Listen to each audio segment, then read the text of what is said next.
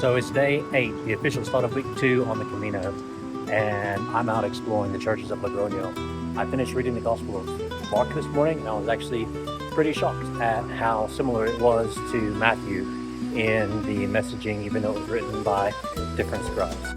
There were several churches to explore in Logroño, and most of them were directly on the Camino de Santiago. This one, the Iglesia de Santiago de Rioja, is named after the patron saint of Spain. The original church was built in 844, but was destroyed by a fire and reconstructed in the 1500s.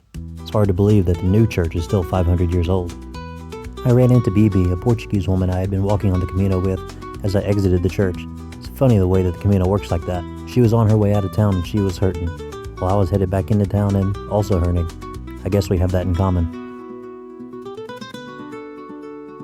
Something I had noticed during all my time in Spain, but which really stood out during this day of walking around town, was that it was mostly old people that were visiting the churches during the day, no youngsters. I hope that was just a function of their job status, but I really wasn't sure. It appeared to me that Catholicism was on the decline, despite its impact on the country's values and social fabric.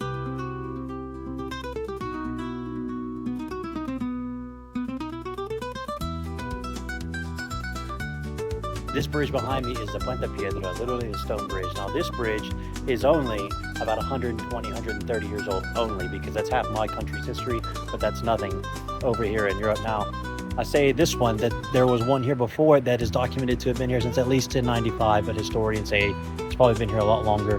And it is the entryway to Logroño along the Camino de Santiago. You come along the bridge, you take the stairs over there or the ramp behind me and go up through the Casco Antiguo that way. So it's just pretty awesome that over 1,000 years of pilgrims have crossed the river right here, the Elbow River, which is the river that James was praying on when Mary appeared to him, and the only instance of bifurcation in the Catholic Church, to encourage him to keep ministering out in Zaragoza.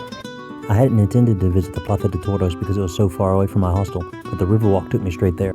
This is a second-class plaza, being in the provincial capital. I really didn't like the fact that it was an arena more than an actual plaza.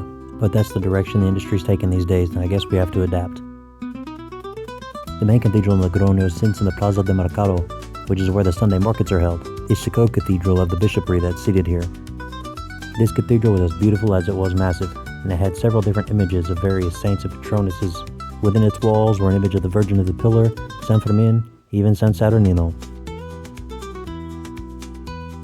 Good news is I've been walking around about the same amount as I was 2 days ago, or 3 days ago, however many days ago it was, when my knee was hurting, and it's not hurting as bad. Granted, I got 2 braces on it, but I'll call that a win.